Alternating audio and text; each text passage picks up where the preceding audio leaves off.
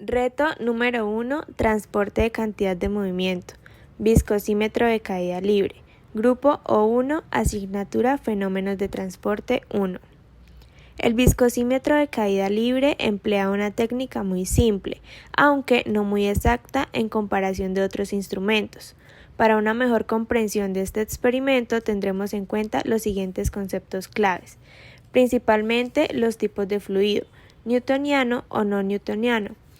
El fluido newtoniano es aquel fluido en el que su viscosidad se puede considerar constante, en comparación con el fluido no newtoniano, que es aquel cuya viscosidad varía con la temperatura y la tensión cortante que se le aplique. La velocidad terminal o límite es la máxima velocidad que puede alcanzar un objeto al caer a través de un fluido y se representa por medio de la siguiente ecuación donde ρ sub c es la densidad de la esfera, ρ sub f es la densidad del fluido, d al cuadrado hace referencia al diámetro de la esfera, g a la gravedad y μ a la viscosidad del fluido. Régimen de flujo. Puede existir régimen de flujo laminar o flujo turbulento. Se presenta régimen de flujo laminar cuando la velocidad del fluido es suave y ordenada, o turbulento cuando son velocidades altas y el fluido forma remolinos. El número de Reynolds es un valor adimensional que nos permite caracterizar el movimiento de un fluido, es decir, nos permite hallar el régimen del fluido. Este nos presenta los siguientes parámetros que son: para flujo laminar el número de Reynolds va a ser menor a 2000 y para flujo turbulento el número de Reynolds va a ser mayor a 4000. Nuestro objetivo en esta práctica se basa en comprender lo que le sucede a la esfera en su caída libre en la probeta. Además, calcular la viscosidad de los fluidos y así poder analizar la relación entre la velocidad terminal de la esfera y la viscosidad del fluido. Para lograr nuestros objetivos, seguiremos esta metodología. Nuestra metodología se dividió en 4 fases. Los fluidos que utilizaremos en esta práctica son aceite y miel, de preferencia espesa. La primera fase es el montaje. En esta fase se llena la probeta de fluido hasta los 60 mililitros y la longitud de caída de la esfera será la altura de la probeta, es decir, 24 centímetros de longitud. Se realizó la práctica con 3 esferas diferentes y para cada esfera se realizan 5 lanzamientos en cada uno de los fluidos para así tener mayor precisión en la toma de datos, la cual será nuestra siguiente fase. Para la toma de datos usamos un calibrador de Vernier y una balanza, con los cuales logramos medir el diámetro de las esferas, la masa de las esferas, al igual que la masa del fluido. A partir de estos datos calculamos el volumen y la densidad. Son datos que podemos ver evidenciados en la tabla. Continuamos tomando datos, pero en esta fase, para mayor precisión, utilizamos Tracker, una aplicación que nos permite obtener las velocidades y los tiempos de caída de la esfera. En estas tablas podemos evidenciar los datos obtenidos a partir del programa Tracker.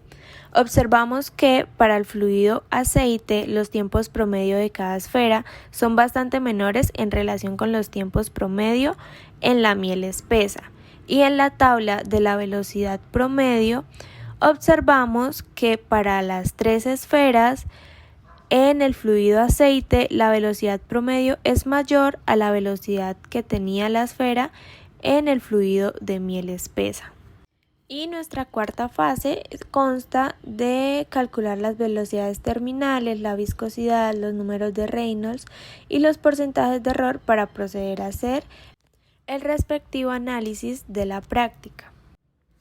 Análisis de resultados. Realizamos la medición de la viscosidad para cada fluido, dando uso a los reómetros que encontramos en los laboratorios de la UIS. Hay que tener en cuenta que estas mediciones se realizaron basándose en la temperatura ambiente y aproximadamente para cada fluido se tomaron en cuenta 50 puntos.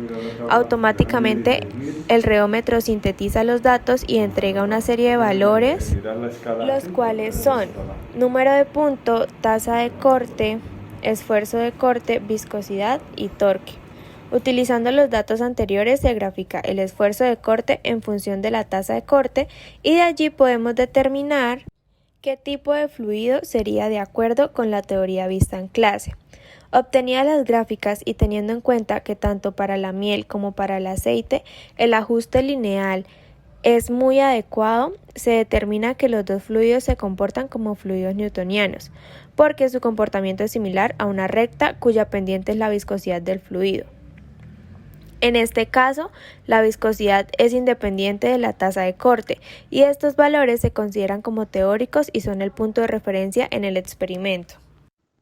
Iniciando con el análisis de resultados y sugerencias para el mejoramiento del diseño experimental, se presenta el análisis de varios parámetros. El primer análisis es el de la velocidad. La esfera alcanza su velocidad terminal en el fluido cuando a partir de cierto instante su velocidad empieza a ser constante con el tiempo. La gráfica 1 representa el comportamiento de la velocidad de la esfera de vidrio en aceite con el paso del tiempo y como se puede observar a partir del rango entre los tiempos 0.2 segundos hasta el final del recorrido, la velocidad de la esfera cada vez varía menos con el tiempo, lo que señala una posible llegada a la velocidad terminal.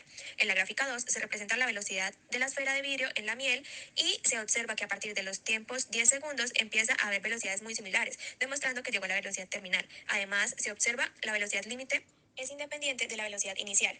El segundo análisis es el comportamiento de las velocidades terminales con respecto a las viscosidades en cada esfera.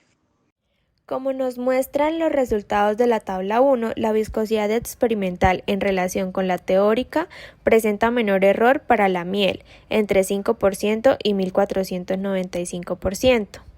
Con respecto al aceite, entre 182% y 19.288%, también observamos que hay una alta variación de los valores de viscosidad experimental entre una esfera y otra. Esto se debe a las diferencias de tamaño y el tipo de material.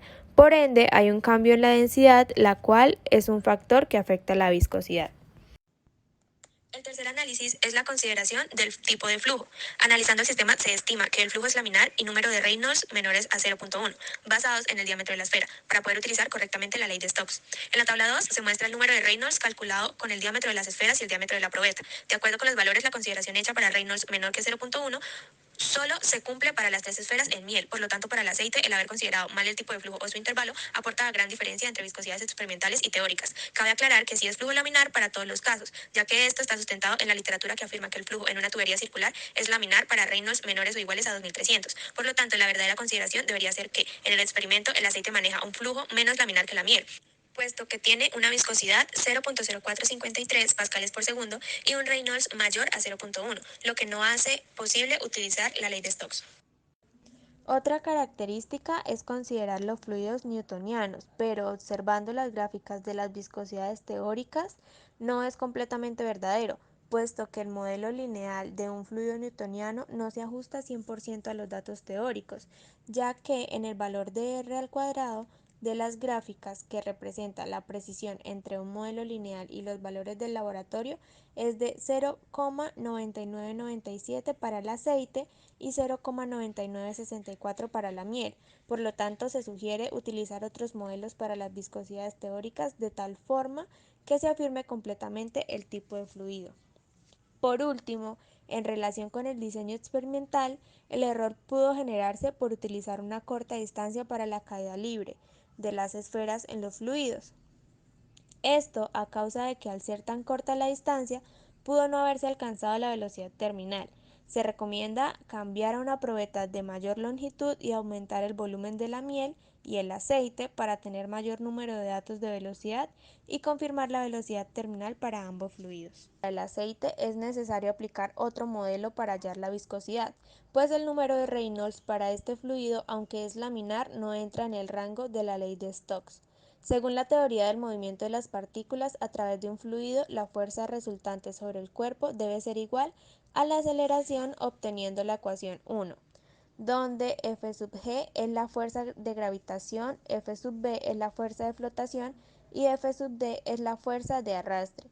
Sustituyendo las fuerzas anteriormente mencionadas en la ecuación 2 se obtiene donde m sobre rho sub p es el volumen, g es la aceleración de la gravedad, c sub d es la constante de proporcionalidad, b cuadrado sobre 2 es la carga de velocidad, rho es la densidad del cuerpo y a es el área proyectada de la partícula.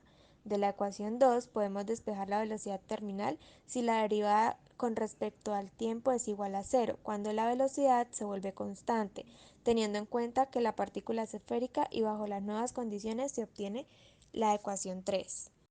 Como resultado de todo esto, la fuerza de arrastre C sub D sobre una partícula fija en el espacio con fluido en movimiento alrededor es algo menor que la fuerza de arrastre en una partícula similar que se mueve en un fluido estacionario. El coeficiente de arrastre es una función del número de Reynolds. En la región intermedia, el coeficiente de arrastre se puede calcular a partir de la ecuación 4.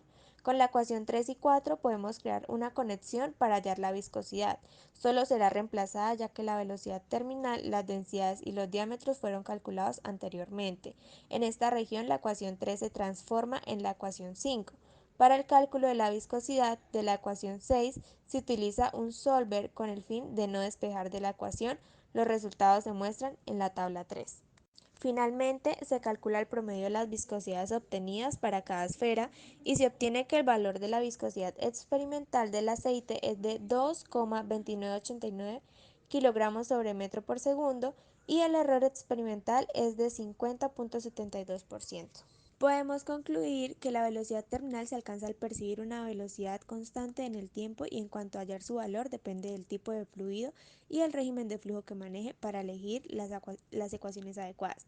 La aplicación de la llamada corrección de Ladenburg, generalizada para caídas de partículas esféricas en tuberías infinitas, conduce también a resultados incorrectos para la velocidad de la esfera y que la miel tiene mayor viscosidad que el aceite, por lo que la caída libre de la esfera afecta más el movimiento en el aceite que en la miel para todos los casos de estas esferas.